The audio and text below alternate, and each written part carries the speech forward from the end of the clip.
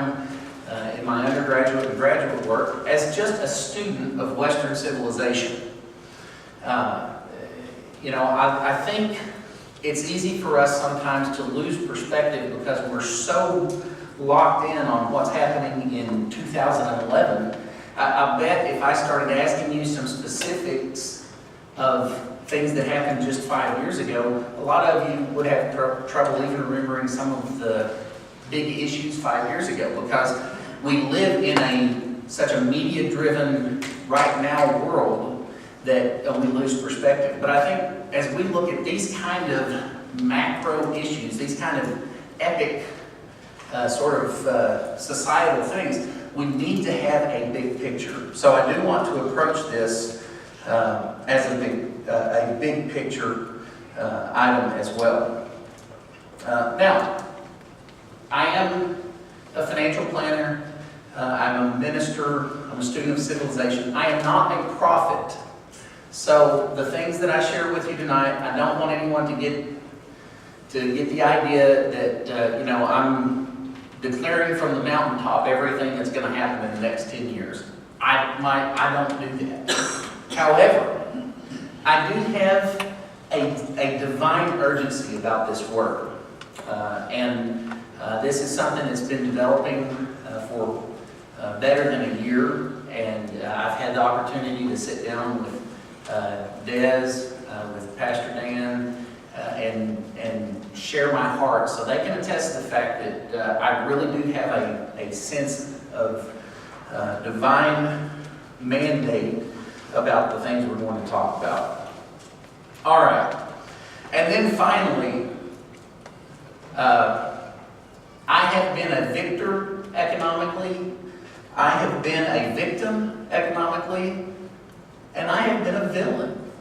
I've been my own worst enemy a lot of times. So I don't want anyone to get the idea that I'm going to stand up here and give off the idea that I know everything or that I have it all together, because, I've struggled too. I still struggle sometimes.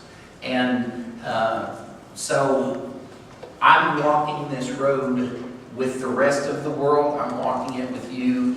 And hopefully because of that, I may say some hard things tonight, but I want you to receive them in a spirit of grace, because if I say something hard, it's pointing right back at me just as much as it may be at you. So keep that in mind as well. Okay, August of 2010. In my professional life as a financial planner, I spend a lot of time every day doing research. And I read the financial press, I read the world press, I read a lot of professional journals, scholarly works. It's real boring kind of stuff, I sit around glued to the computer for about the first 2 or 3 hours of the day. But that's just part of what I do. And in August of 2010, there were some things starting to happen and develop that really began to catch my attention, really began to trouble my spirit. How many of you have heard of the Hindenburg omen? I say one. Rick has heard of the Hindenburg omen. Okay, if you get curious, go home and Google it. Hindenburg omen. And what this is it's where some guy in a Wall Street firm sat around and came up with this, behemoth of a chart of indicators that measures all these different things. But statistically, if the market triggers the Hindenburg omen, we have a 75% chance that the market's going to tank. All right? And it's happened every time in history that we go back and see this Hindenburg omen happening, then the market tank. Well, we had a Hindenburg omen in August of 2010. So, that was kind of curious. But there were a lot of other things beginning to develop as well. On the one hand, you were hearing from Washington and from the media that the stimulus was working. You know, the quantitative easing was kicking in, and the economy was beginning to recover. It was a slow slog, but our unemployment numbers were kind of starting to improve, and it looked like maybe we were finally getting some traction. That's what we heard publicly.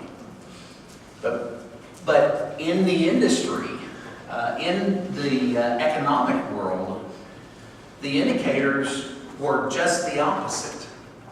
And it was really looking like there were major problems developing. So as I was reading through all this stuff, I really got troubled in my spirit. I just got so upset that I called Julie into the office, and we sat down together. We began to pray.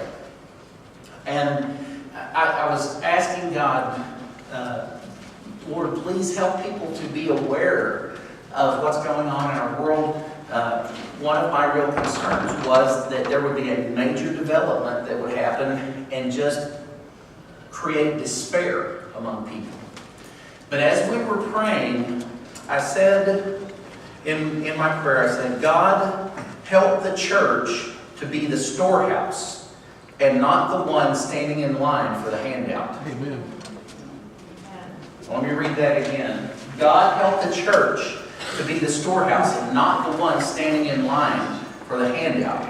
And at that moment, as I prayed that, Julie stopped me and she said, honey, you need to remember what you just prayed, because there's some significance to that. And from that point, I really began to pray a different kind of prayer. My prayer was no longer just, Lord, take care of our country and take care of the world, take care of our financial institutions. But I began to ask God, help me to understand what's going on. Help me to see this not with my human eyes, but help me to see with spiritual eyes and with some discernment what the real big picture is that's going on. Not just what we see in the press, but how do you see things? And so that really led to my prayer. Now, there have been a lot of false indicators as we look at our economy and just sources that you can't trust. Let me name a few that I think have not been real reliable. Number one would be Washington, D.C. I love my country, but I got to tell you, you cannot trust the numbers that come out of Washington. That is a hard thing to say, but I will stand by that. Another false indicator of what's really going on is Wall Street. You can't look at the Dow or the S&P 500 or the NASDAQ or any of these other things and get a picture of what's going on in the economy, because the markets they're stacked. The deck is stacked against the ordinary average investor. I'll just put it that way. Because it doesn't matter if the market's up or if the market's down or if the market's sideways, Wall Street traders make money. They make it when it's going up, they make it when it's going down, they make it when it's going sideways. So you can't trust these other indicators on Wall Street. You certainly can't trust the American media, or the world media for that matter.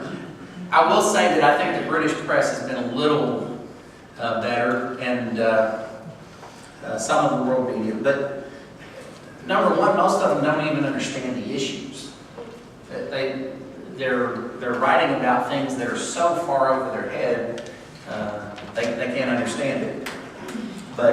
And the other thing they do is they just regurgitate what they're fed by Washington and Wall Street. And then finally, another false indicator that you need to be very careful of is anecdotal successes. Now, if that's a big highfalutin word, anecdotal just means an example here, an example there, where you don't necessarily get a real trend. Because even in the worst economies, there are businesses and there are individuals and there are states like Texas that do better than the rest of their peers. But you can't just cherry pick these little exceptions and get a picture of what's going on. So you have to look at the big picture. Now, having understood some of these false indicators, let me just hit some highlights of the global issues. Let's start with Japan.